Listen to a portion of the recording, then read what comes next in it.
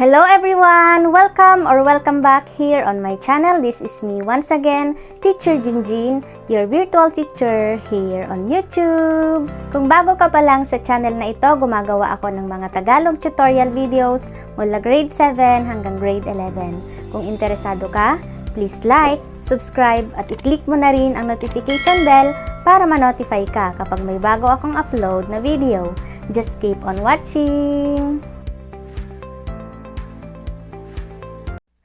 Magandang araw mga minamahal kong grade 10 students. Sa video na ito ay i-guide ko kayo sa inyong learning task number 2 letter B.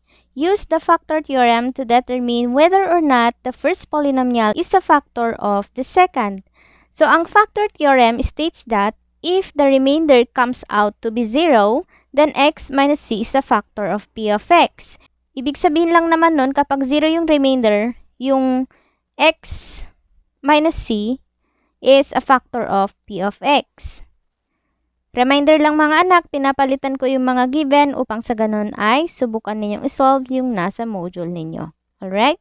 For example, dito sa number 1, x squared plus 2x plus 5.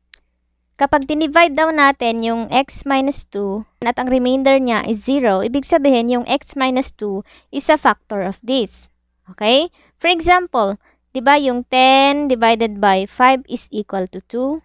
Ibig sabihin lang nun, yung 5 is a factor of 10 kasi yung remainder niya is 0. Kaya yung 5, factor siya ng 10. Ganon din dito sa polynomials. Alright? So, number 1, we have x squared plus 2x plus 5 divided by x minus 2. So, gamitin natin yung itinuro ko sa inyo noong nakaraang video, yung remainder theorem. Para makuha natin yon, kunin muna natin yung value ng c or yung x. So, number 1, x minus 2. So, that is x minus 2 is equal to 0. Transpose natin si 2, magiging x equals positive 2. And then, yung positive 2, substitute natin dito. So, that is 2 squared plus 2 times 2 plus 5. So, ganun lang siya. Or p of 2. Maglagay tayo ng p of 2. p of 2 equals 2 times 2 equals 4 plus 2 times 2 equals 4 plus 5. Then 4 plus 4 is equal to 8 plus 5 equals 13. So, p of 2 equals 13. Meron siyang remainder. Ibig sabihin yung x minus 2 is not a factor of x squared plus 2x plus 5. Therefore, x minus 2 is not a factor of p of x. So, ganyan lang yung final answer. Number 2, we have x cubed minus x minus 7 divided by x plus 1. So, x plus 1 equals 0. So, yung x, lipat natin si positive 1, magiging negative 1. So, x is equal to negative 1. Kaya, kunin natin yung p of negative 1. By substitution, that is negative 1 raised to 3 minus negative 1 minus 7. Simplify. P of negative 1 equals negative 1 times negative 1 equals positive 1 times negative 1 equals negative 1. Then negative times negative equals positive 1 minus 7. Then simplify. Pagsamahin muna natin yung magkapareho ng sign. Negative 1 plus negative 7 equals negative 8. Negative 8 plus 1, magkaiba ng sign, so isubtract natin. Then, copy the sign of the greater number, that is negative 7. So, p of negative 1 is equal to negative 7. So, meron siyang remainder. Therefore, yung x plus 1 is not a factor of p of x. O, diba madali lang? Next, number 3, 2x cubed minus 5x squared minus 9x minus 12 divided by x minus 4. So, kunin muna natin yung value ng x. That is x minus 4 equals 0. Transpose natin si negative 4 magiging positive 4. So, x is equal to positive 4. By substitution, that is p of 4 equals 2 times 4 raised to 3 minus 5 times 4 raised to 2 minus 9 times 4 minus 12. Okay? Next, simplify. P of 4 equals, yung may mga exponent muna, 2 times 4 times 4 times 4 equals 64. So, gumamit na lang kayo ng calcu para mas mabilis. Minus 5, then 4 times 4 equals 16, minus 9 times 4 equals 36, minus 12. Simplify. P of 4 equals 2 times 64 is equal to 128. Negative 5 times 16 equals negative 80. Then, minus 36 minus 12. Positive. Wala to. And then, simplify.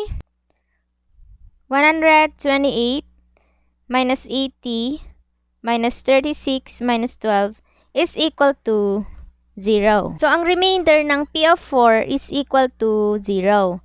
Ibig sabihin, yung x minus 4 is a factor of P of x. Kasi nga 0 yung remainder niya. Number 3, we have a cubed minus 2a squared plus 3a minus 2 divided by a minus 1. So, kunin natin yung value ng a. A is minus 1 equals 0. Transpose natin, magiging positive 1.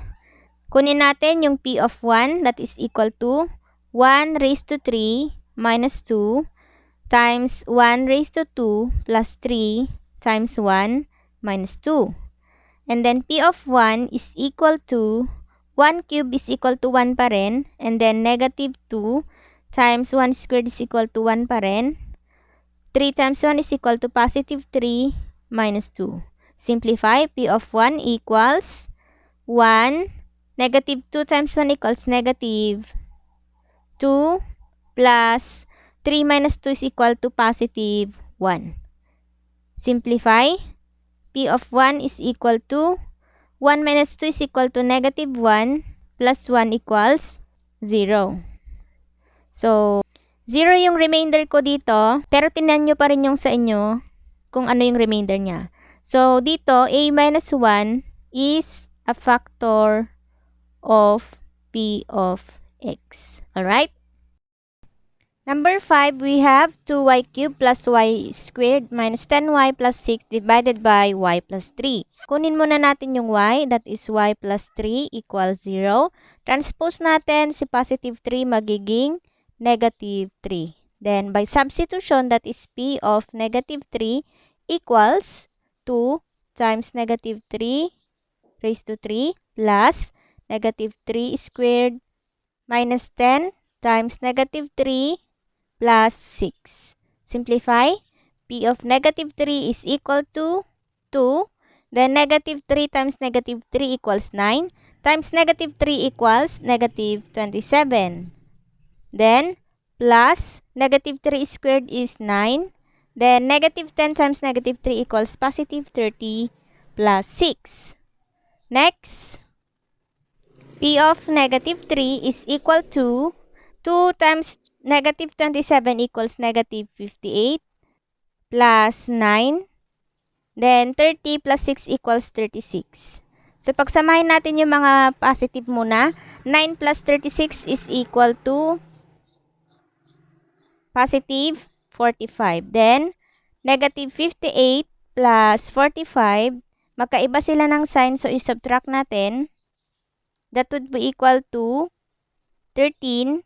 Then, ang sign ng mas malaking number is negative, kaya negative 13. So, meron siyang remainder, meaning to say, y plus 3 is not a factor of P of x. So, ganun lang siya. Kung nakatulong ito sa inyo, please like this video at mag-comment na rin kayo sa baba. Once again, stay home, stay safe, stay healthy at mag-aral lang mabuti. God bless you all and goodbye!